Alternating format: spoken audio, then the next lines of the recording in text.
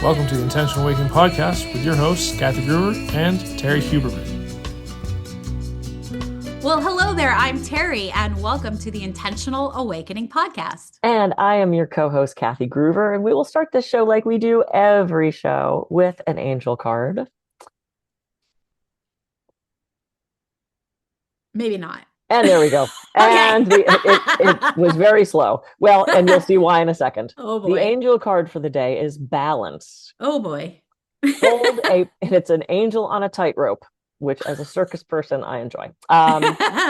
Hold a point of steadiness and moderation. Find a point of equilibrium and peaceful coexistence in the midst of change. But that's not what we're talking about today.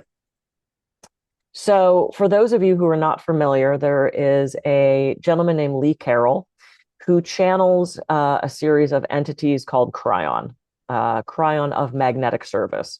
And I have been following on and off Kryon for, probably close to 30 years.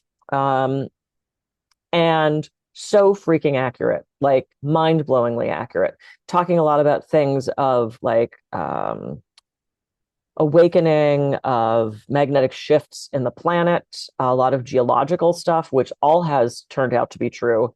Not so much politics, but like the state of the world kind of things. And they posted something the other day. It was our message for the new year about awakening. Okay. And I wanted to read some of it, and then Terry and I are going to discuss. So I'll start with this paragraph called The Dark Room of Consciousness. So let's compare this box of consciousness to a darkened room. In that darkened room, humanity has always lived. It's dark, so you don't see each other very well because it's very dim light. Therefore, there's a lot of misunderstanding and lack of trust about who is on the other side of the room. In fact, it's so dim and so dark that humanity kind of circles the wagons, as they say. This means you create barriers that keep you safe from others you can't see. There's a lot of fear about what is around you because it is dark. That's a metaphor. But that is what a dark consciousness creates. Therefore, there is mistrust, corruption, and war, and has remained so for eons. Suddenly, in this metaphor, a door starts to open that is new. It's a door that perhaps has always been there, but was never realized. The door is obvious because there's a tremendous light behind that door.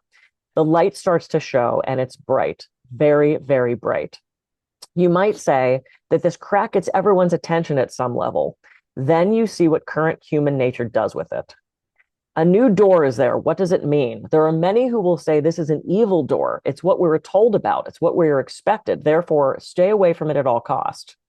This comes from old spiritual programming that tells you that God is a judging force and that evil will come in the end times to capture you. This misinformation is one of the saddest things you could ever be told about the magnificent love of the creative source for you, who loves you beyond measure and who only has light for you every second of every day. So there are many of those who will never look or judge those who do as fools. They will continue in this dysfunctional box, fearing anything they don't understand. But then there are those who will say, it's light, take a look. The others will say, it's a trick. See, that scripture, it says that it'll be a trick. These 3,000-year-old scriptures are still used today as a template for spiritual thought, even though they represent very old ideas. There are some who will be brave and say, I want to see it for myself. I'm going to decide for myself instead of blindly believing what I was told might be. And so they go for that door metaphysically, and they get a glimpse of the greatest and grandest light that ever existed. And they will start to realize that perhaps this is what they've been waiting for. It's what you have been waiting for. Perhaps it's why you are here at this time on this planet listening to this.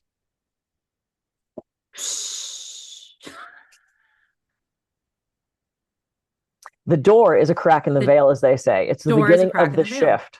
It is an invitation to look at something higher and better in consciousness that you've ever known. It's unknown quantity there, but it feels so good. Intuitively, it feels good. It's not scary or fearful. It looks peaceful and wonderful, and the closer you get, the brighter it becomes for you. As you absorb the light, you glow. The light knows your name and greets you. As you walk around that dark room, you glow from just being exposed to it, and in that glowing, you expose more light to many others. And for the first time, those others get to see one another in a different light. That's the metaphor. We call it awakening to a grander truth. Yeah. And it keeps going, but I'll stop there. I mean, that's beautiful. And Yeah. it feels so true. I don't Yeah. know, based on just my own personal experiences and then just being a guide for others. Don't you think that that is like that metaphor is like lifelike? Yes. And this is what I love about their writing is for the most part, everything I've heard come from this hits me at such a deep Yeah. truth level. I don't Yeah. have to go, oh, let me think about that. It's just, yeah, it's true. Just like Yeah. I'm a woman. That's true. Yeah. I have brown hair.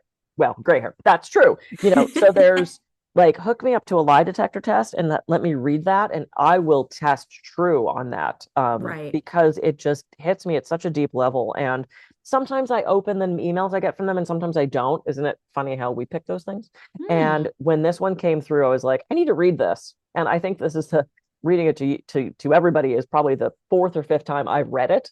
Wow. And again, not the whole thing. It still goes on. It also talks about the sort of the fallacy of what awakening is. Right. And he talks about that and then kind of laughs at everybody, which Yeah. we don't have to get into today. But yeah, so that was the most recent message from Kryon. It's very interesting. When I was listening to you, there was something came, and I guess it's just a testament to the work, the personal work that I've done on myself. I have tendencies to overthink and be overwhelmed. I am my client, Yeah. basically. And one of the things that really struck me when you were talking about was how when the door would open, to fear it, to automatically go to that's not good, it's bad, it's evil, or whatnot. And as you were talking, I kept saying, well, there were only two options it seemed like he was talking about. Either go towards it or go away from it in a Mm-hmm. way. And I'm like, and then I said to myself, well, why can't I be curious about it? Why can't I be curious about a door opening? Do I have to fear it? Do I have to love it?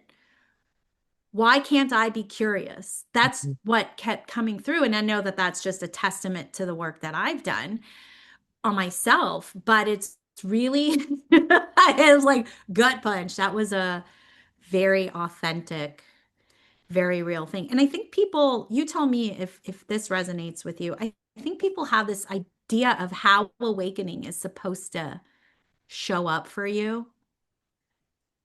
I mean, that was a very bold description. You go from dark to all of a sudden light. So it's obvious. But what if awakening isn't obvious for somebody or the opportunity to awaken, let's say? What Well, if it's not obvious for funny that we for them? should say that. So he goes on to say, if Hmm. you are starting to awaken to a larger spiritual truth, you might then think, well, I'm going to see my guides better. I'm going to experience God in a more fulfilling way. I'm going to see spiritual things come. I'm going to be more aware in an elevated consciousness. I'm going to start going into mastery, and that mastery will allow me to see spiritual things. Dear ones, this is a nice fantasy that suddenly Uh, angels will appear to you, but this is not how it works. okay, got it. You are going to change. And in that change, you start to develop a higher consciousness and you're going to start to see the results of that. It goes without saying that you can't unknow what it's there. So higher consciousness is a more peaceful and wiser state of being, but it brings with it some odd life challenges from what you had, some odd life changes from what you had in the past. Um, and then he goes through four attributes of awakening. Wow. It's really fascinating because I'm going through a lot of in my head, I'm reviewing and reflecting my psychic medium Mm, journey. yeah. And when you first learn how to manage and control your intuition, it's really fun and it's really amazing. And it's almost like a parlor trick in a way, and what happens is as you start to evolve and go on your journey, you start to lose some of it. And Mm, this happens to every single psychic, shaman, healer, whatever. This is part of their adventure mm-hmm. and their path and the process. And it's hard when you're doing it professionally because someone is actually paying you money and you're like, I can't get this information. Like, alert, abort, abort. But what you learn in the big picture of things is there's an integration period that you have to go through with every level up. And that integration period has to be had in order to Yeah. level up. Yeah. And so in the awakening process, and you can call awakening anything and everything in your life. It Yeah. could be starting a new job, right? It could be becoming psychic where you weren't in tune with your intuition and now you are. I mean, it could be Yeah. anything. But there is a process. And so I nothing is wrong or bad if there is a stall in your Yeah. progress of awakening. Yeah. And I think that's when people really start to freak out because they're like, oh my God, I could talk to this and I saw angels. And but the problem, if we talk about balance, oh dear, let's bring in the angel card. Oh, sometimes, and it's normal, in our awakening, we get very spiritual, right? We kind of separate a bit from the human. And then the human, because we cannot forget that we're human, the human has to come up, pop up, and play.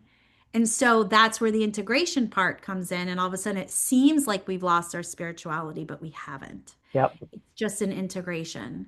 Yeah, I love that because and you and I talked about that. I had a lovely Yeah, read from Terry heading into my birthday last whenever that was.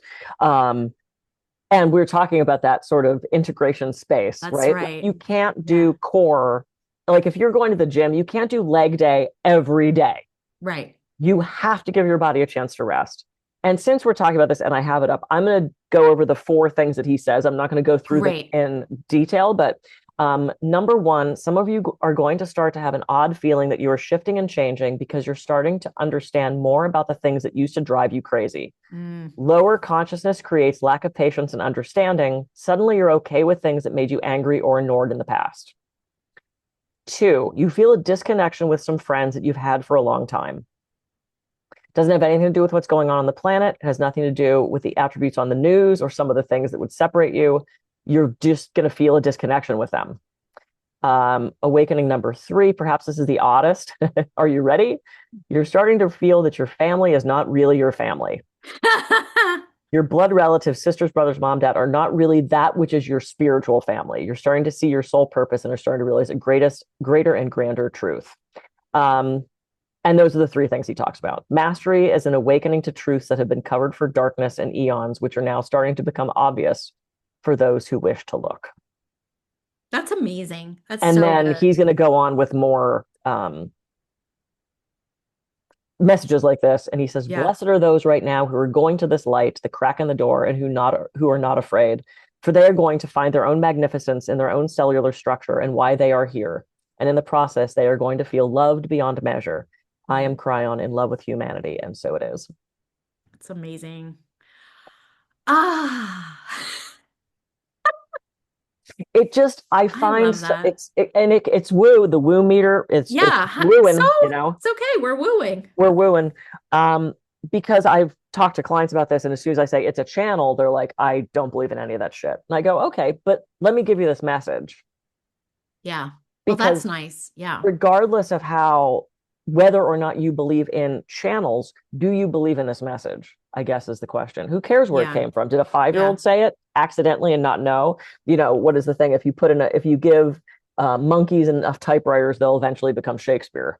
You know, eventually just accidentally it'll stumble upon something wise. So Yeah. even if you don't believe in this concept of sitting down and channeling, which I do, I've seen some people do it in such an eloquent way. I've channeled sometimes. I'm sure Sure. you have as well. We all Sure. do. You know, we've all Yeah. had that Everybody experience, I does. think. Yeah. So even if you don't believe in that, take this message and see where that sits with you. Yeah. You know, And that's because awakening can be in any area of your life.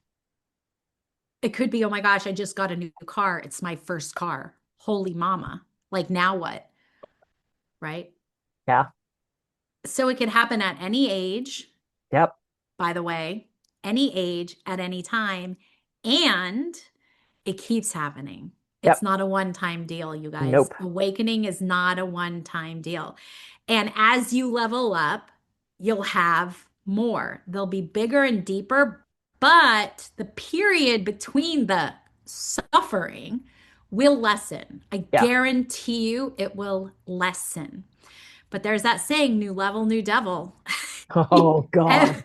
Never Every heard that time, one. yeah, new level, new devil. But that's okay Yeah. because that means you're being exposed to something you haven't been exposed to. It's it's in your awareness. That's it. Things Hmm. are coming into my physical reality that I didn't have to deal with before, but now I do. Yeah.